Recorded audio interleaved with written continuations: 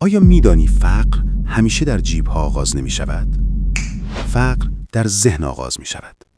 در لحظه‌ای که انسان باور می کند نمی تواند. جهان پر است از انسان‌هایی که از صبح تا شب کار می کنند، اما هنوز در فقر زندگی می کنند. نه به خاطر کمکاریشان، بلکه به خاطر آنکه ذهنشان هنوز با روح فقر بسته است. تو شاید پول نداشته باشی، اما اگر ذهنت ثروتمند باشد، پول به سوی تو حرکت می کند. و شاید میلیاردها داشته باشی، اما اگر ذهنت فقیر باشد، همیشه در ترس و کمبود خواهی زیست. این ویدیو درباره پول نیست، درباره بیداری است. بیداری از خواب فقر. فقر فقط نداشتن نیست. فقر فراموشی خویشتن است. وقتی تو نمیدانی که خودت سرچشمه قدرتی بیپایان هستی، فقر آغاز می شود. وقتی فکر می کنی دنیا به تو بدهکار است، در حقیقت تو به خودت خیانت کرده ای. زیرا ثروت بیرون از تو نیست، درون توست. هر صبح که بیدار می شوی دو صدا. سلام عرض ادب و احترام، پورصمدی هستم و توی اولین ویدیو به عنوان اینتروی کار میخوام بهتون خوش آمد بگم که به این دنیای معامله‌گری وارد شدید و ازتون تشکر کنم که این دوره رو تهیه کردید به این دلیل که به بنده اطمینان داشتید و این اعتماد رو به بنده کردید که این مجموعه ویدیو رو تهیه بکنید. امیدوارم که این اعتماد رو بتونم پاسخ بدم توی این ویدیوها. من تمام تلاشم رو کردم، شاید شبها نمیخوابیدم، یعنی 1 ماه بود درست نمیخوابیدم، 9 صبح میخوابیدم تا 3 بعد از ظهر، چون ساعت خوابم کامل ریخته بود به هم. چرا؟ چون میخواستم اگر اتفاقی داره میفته، اگر آموزشی داره آماده میشه، اگر قراره چند نفر این کار رو شروع بکنن، جوری شروع بکنن که توی ایران نمونهش نباشه. چرا؟ چون به اندازه کافی دیتای مسروق شده، دیتایی که از روی هدف منفی ایجاد شده. یعنی فقط این که یک نفری بیاد یه چیزی بگه و دور هم یه کاری انجام بدی، بعد هر کی برسی خودش یه جورایی، و این نباشه. من اصلا دوست نداشتم توی زندگیم هیچ وقت توی این کاتگوری این آدما قرار بگیرم و تمام تلاشمو کردم توی این ویدیوها. چرا؟ چون اعتقادم اینه که اگر قراره اتفاقی اینجا بیفته برای من برای از دیدگاه خودم میگم، قطعا اون اتفاق خوبی برای من تو زندگیم افتاده و بیشتر از این هم اتفاق میفته اگر من بتونم 10 نفر دیگر رو دستشون رو بگیرم و به یه نتیجه خوبی برسونمشون. البته من کوچیک‌تر از اینم که بخوام دست کسی رو بگیرم، ولی توی حوزه معامله‌گری فقط عرض کردم. تمام سعی این شده که دیتا طبقه بندی شده ارائه بشه، یعنی اینکه وقتی شروع میکنید یهو شما رو نندازم وسط یک ماجرای عجیب غریب. اول شروع بکنم از بیس کار توضیح بدم این ماجراست، این اصل داستانه، کانسپت این شکلیه، نرم افزار اینجوریه، بعد بریم مثلا سراغ لایه های اول پروتکشن، بعد همش تو اون لایه پایینتر قوی بشیم. یعنی سعی کردم که یهو اون افراد توی یه حجمه ای از اطلاعات قرار نگیرن، آروم آروم اطلاعات زیاد بشه و من توی یه فایلی آماده کردم سرفصل‌ها رو و میخوام توی اون سرفصل‌ها با هم یکی یکی بررسی کنیم که چه اتفاقی توی این ویدیو میخواد بیفته و شما از چه نقطه‌ای میخواید به چه نقطه‌ای برسید. این خیلی مهمه که شما الان اول کار مسیر رو بدونی. این نباشه که حالا شروع کردی به یه کاری و اصلا نمیدونی تهش چیه، حالا فقط میخوای یه وقتی هم بذاری و بهتر از همه اینا، من اگه این ویدیو رو درست بکنم شما میتونی برنامه ریزی کنی روی برنامه.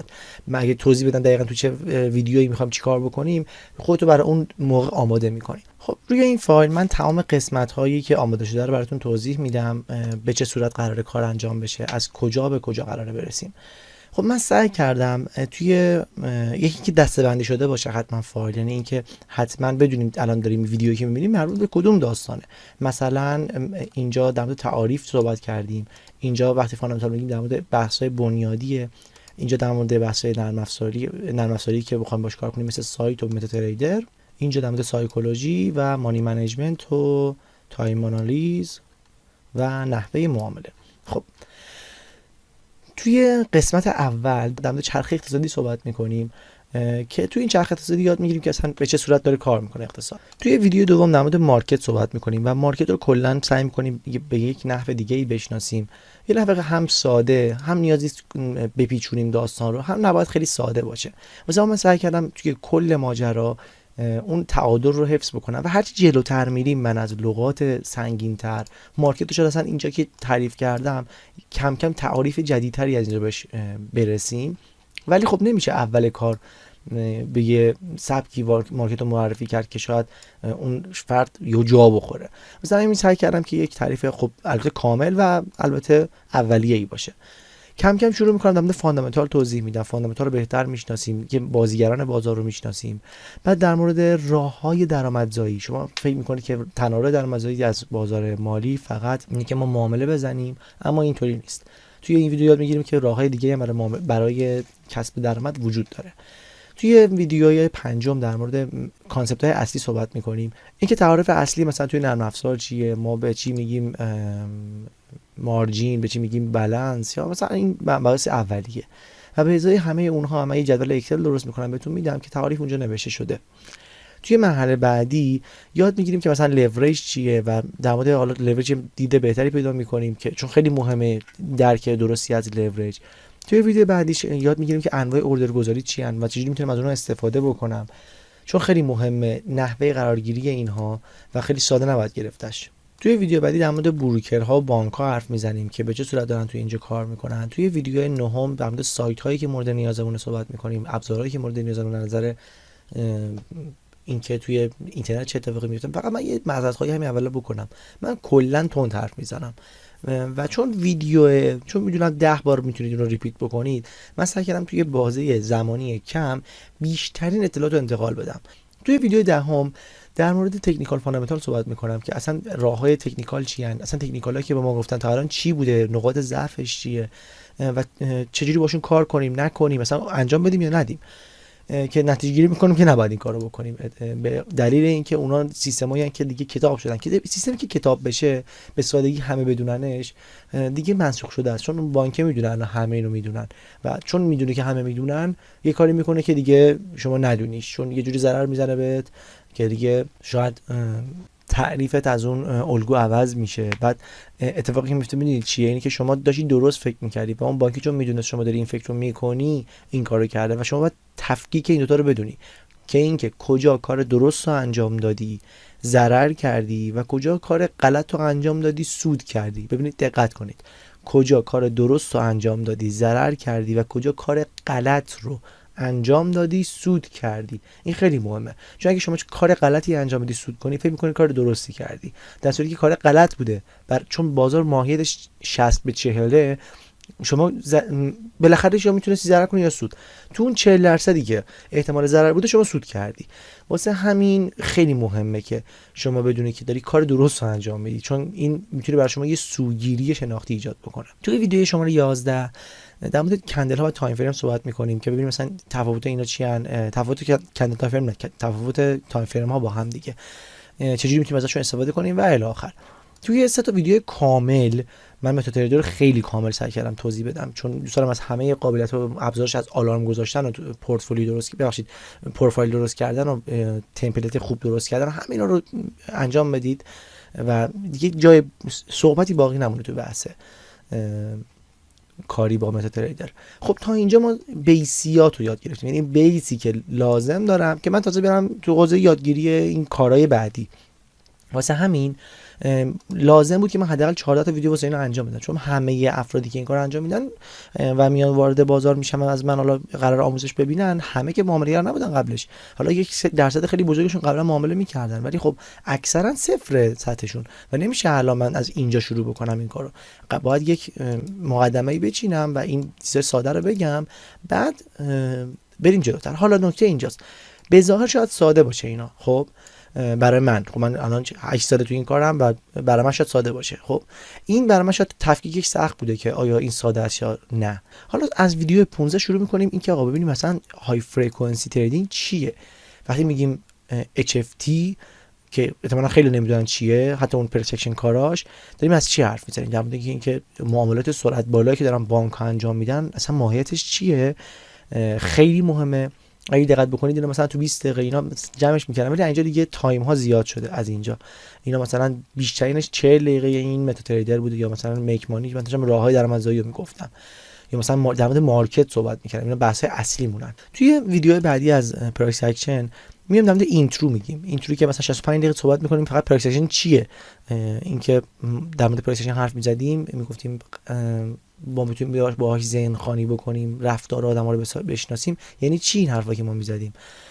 توی ویدیو بعدی یاد میگیریم که کندل استیک به چه صورت هست، نه به اون صورتی که توی سایت ها هست. من اینجا خود به کنایه حتی در مورد سایت ها صحبت کردم و سایت ها هم نشون دادم بهتون که به چه صورت داره کار انجام میشه توشون و ما قرار نیست اون کار رو انجام بدیم. این خیلی مهمه که شما حتما بدونید فرق شما با اون کسی که رفته از دیتا سایتی استفاده کرده چی بوده و این خیلی خیلی مهمه.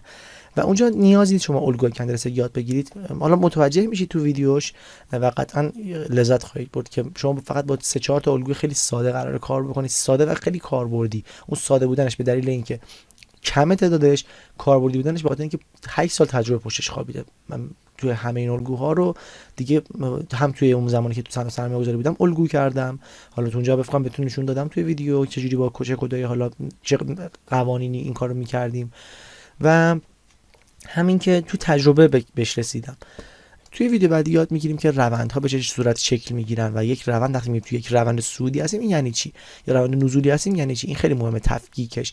درسته شاید بگید یه مووینگ اوریج میندازم، خب هر موقع رفت بالای مووینگ اوریج روندم مثبته، نه این شکلی نیست و روند جا داره، نکته داره.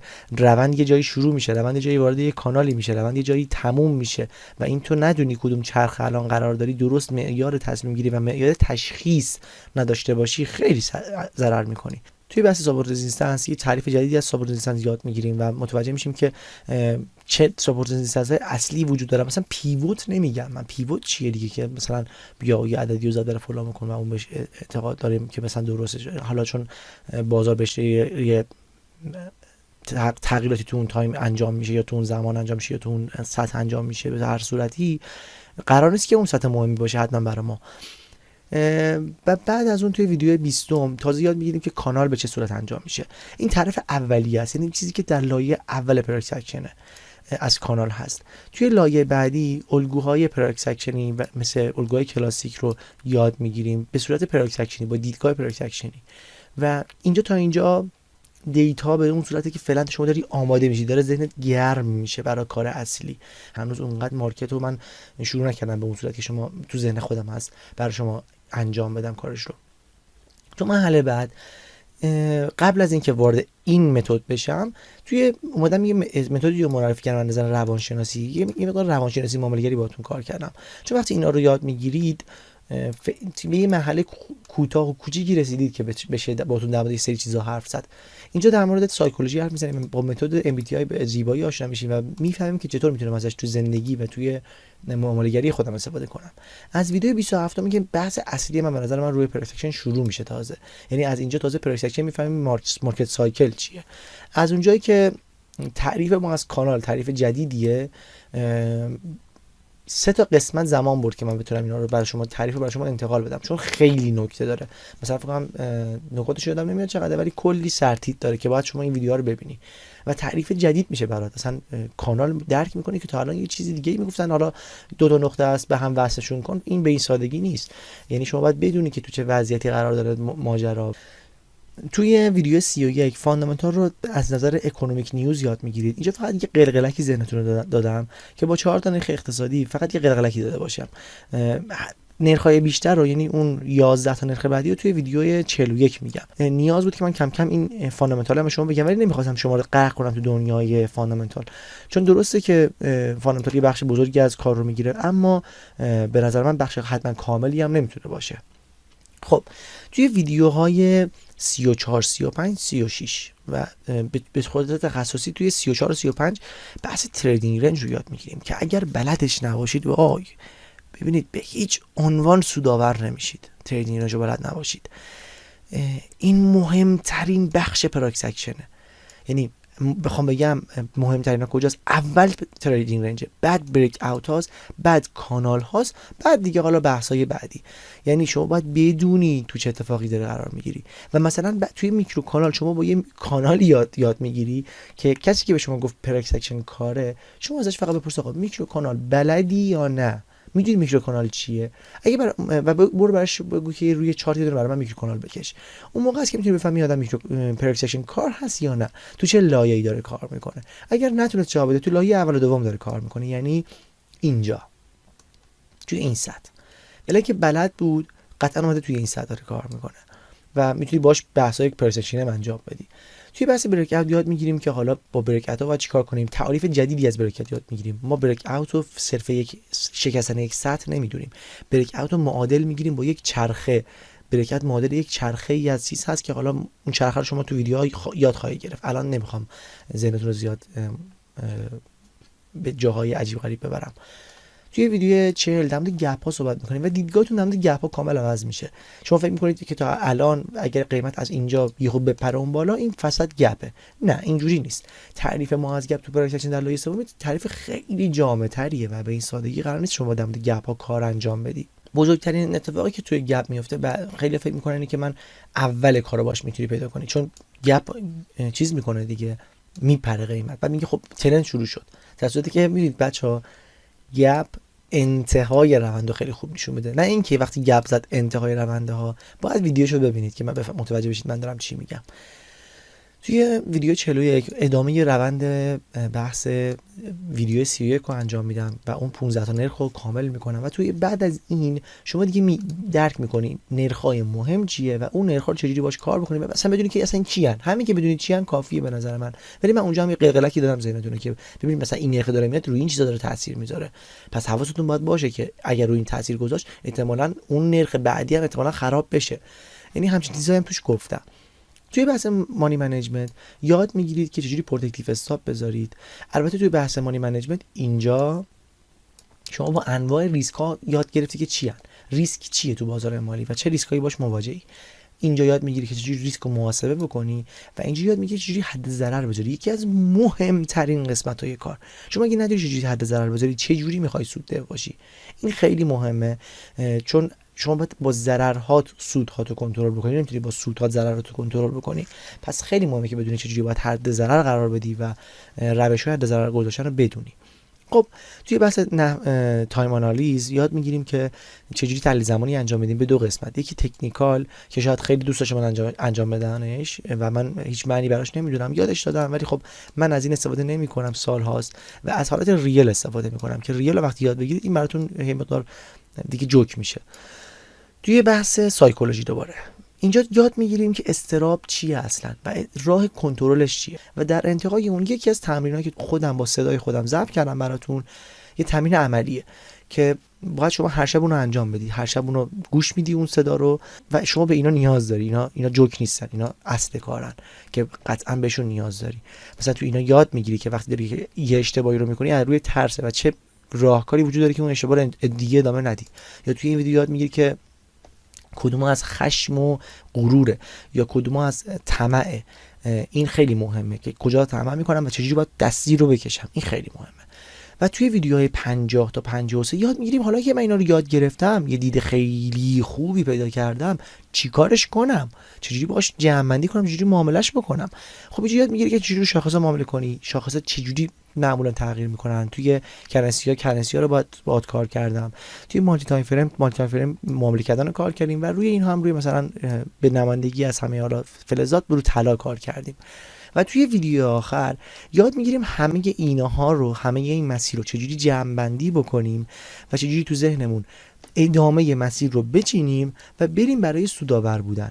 این که صرف اینا رو یاد گرفتن نیاز به جمع‌بندی داشت و من سعی کردم توی چند تا اسلاید، چند تا چیز کامل نقطه صفر رو برای شما مشخص کنم، نقطه 100 رو مشخص کنم، بگم شما الان اینجایی باید با این مسیر به اون نقطه برسی. این خیلی مهمه ویدیو فاینال و شما باید این کلا بچه‌ها فکر نکنید با یه بار دیدن این ویدیو قرار شما اینا رو یاد بگیری. حداقل مثلا یکی از بچه‌ها توی کلاسی که خودش بود 10 بار دیگه اون ویدیو رو دیده. بعد بهم پیام داد میگفت ببین مثلا من روز اول اوکی بودم، میفهمیدم داری چی میگی، یعنی اون دیدگاه نبود، اون حالتی که تو ازش میگفتی من نمیفهمیدم چی میگه. این اون شهودی که ازش حرف میزنه یعنی چی. نیاز داشت اینو تکرار کنه و اینا رو هی دید میگفت با هر بار دیدن من رشد رو تو خودم احساس میکردم. پس صرف این که یک بار دیدی بچه‌ها این سریال نیست، شما باید اینا رو دونه دونه کلماتی که میگم بچه‌ها دقت بکنید بهش توی ویدیوها. من جمله‌های حرفام کلی نکته گفتم، چون گفتم الان دارم خیلی سعی میکنم آروم حرف بزنم، چون گفتم ویدیو اوله یهو شوکه نشید، دارم این سرعت خودم میارم پایین‌تر. البته طبق معمول آخر شب ساعت 2:40 شب من دارم کار میکنم، واسه همین گفتم که این ویدیو حتما ویدیو آشنایی باید وجود داشته باشه. شما بدونید از صفر کجاست، 100 کجاست، اینو قراره انجام بدی و به نقطه مطلوب برسی که شما از اینجا بعد بچه تازه کارت شروع میشه. شما اینو که به این نقطه رسیدی، استارت کار شماست. هنوز معامله‌گر نشدی با دیدن این ویدیو رو یاد گرفتی، دانشی که نیاز داری بری تبدیل به معامله‌گر بشی و داری. حالا میری تمرین میکنی، میری تمرین و ممارست بسته به آدمش. من نمیتونم به شما بگم 6 ماه بعد، 2 ماه بعد، 2 سال بعد، 1 سال بعد. این بستگی به آدمش داره، به کاری که میکنه، به EQ که داره. اینجا هوش زیاد مهم نیست، هوش هیجانی که اینجا مهمه. واسه همین خیلی باید دقت کنید به این موضوعات و تا جایی که میشه تمرین کنید. بچه‌ها هر چی تمرین کنید به خودتون برگشه. هیچ چیز دیگه تو جیب من نمیره از سودی که شما بخوای بکنی، از ضررت هم جذبا کم نمیشه. پس دلت به حال خودت بسوزه، لطفاً کار کن. نمیگم 4 ماه بعد خداحافظ شما، من دیگه شما رو نمیشناسم، کاری که خیلی‌ها میکنن، چون اونا میدونید آموزش میدن برای که یه پولی در بیارن و برن، چون واسه همین هزینه‌های خیلی بالا میذارن روی کارشون، چون میگن خب من به 4 نفر یاد بدم یه پول گنده‌ای در بیارم برم به زندگیم برسم. خب ببینید من محمد علی زندگیم اینجاست، من زندگیم اینی که میبینید، این سرفصل رو میبینید، این زندگی منه. اگه خواستید محمد علی پورصمدی رو تعریف بکنید بگید محمد علی پورصمدی با فاندامنتال شروع شد، با فاینال ویدیو تموم شد. خب جدا دارم میگم، من دارم تو رویام زندگی میکنم. رویای من این بوده که بتونم یک جمعی رو، یک تیمی تشکیل بدم که با این تیم کار بکنم. واسه همین من قرار نیست جایی برم، دوست دارم با اون بچه‌ها کار بکنم و اگر ببینم اون پتانسیلشو داره توی به تیم خودم اضافهش میکنم، چون یه سری حالا الگوی ذهنی برای آینده دارم که الان نمیخوام توی ویدیو بگمشون. اون کارا رو میخوام انجام بدم. به آدم‌ها نیاز دارم، بیشتر من به آدمایی که مهارتشو کسب کردن. دوست دارم اون کسی که قرار باشه کار کنم خودم راش انداخته باشم، چون اون موقع حرفمو بهتر میفهمم تا اینکه من برام با یه معامله‌گر دیگه کار بکنم. ولی اتفاقات خوبی قرار در آینده رقم بخوره و دلیلی که من به شما جواب میدم همینه، چون طبق چیزی که گفتم من برام رویا بود که یک روزی بیاد یک سری جمعی من بشم استادشون و براشون کار انجام بدم. روزی که سال 90 که این کارو کردم هیچ استادی نبود توی این کار، هیچ، که هنوزم که هنوزه نیست. واسه همین به صورتی که بتونه درست راهنمایی کنه مردم رو. واسه همین میبینید جامعه معامله‌گر ایران پاچیده، هیچی واسه ارائه نداره. کسی هم که میدونه خیلی بدونه، اون شاید کارما رو اعتقاد نداره. من تو زندگی به کارما اعتقاد دارم که اگر من کاری در حق دیگران میکنم 100 برابرش برام برمیگرده، 100 برابرش. واسه همین بی هیچ منتی این اطلاعاتو در اختیار شما گذاشتم حاصل تجربه‌مو و همین دیگه. من زیاد نمیخوام این ویدیو طولانی بشه، فکر کنم شد دیگه، طولانی شد، ولی خب دیگه مجبور بودم اینا رو بهتون بگم چون خیلی به نظرم مهم بود که اینا رو بدونید. ارادتمندم، قربان شما، خیلی دوستتون دارم، خدا نگهدار.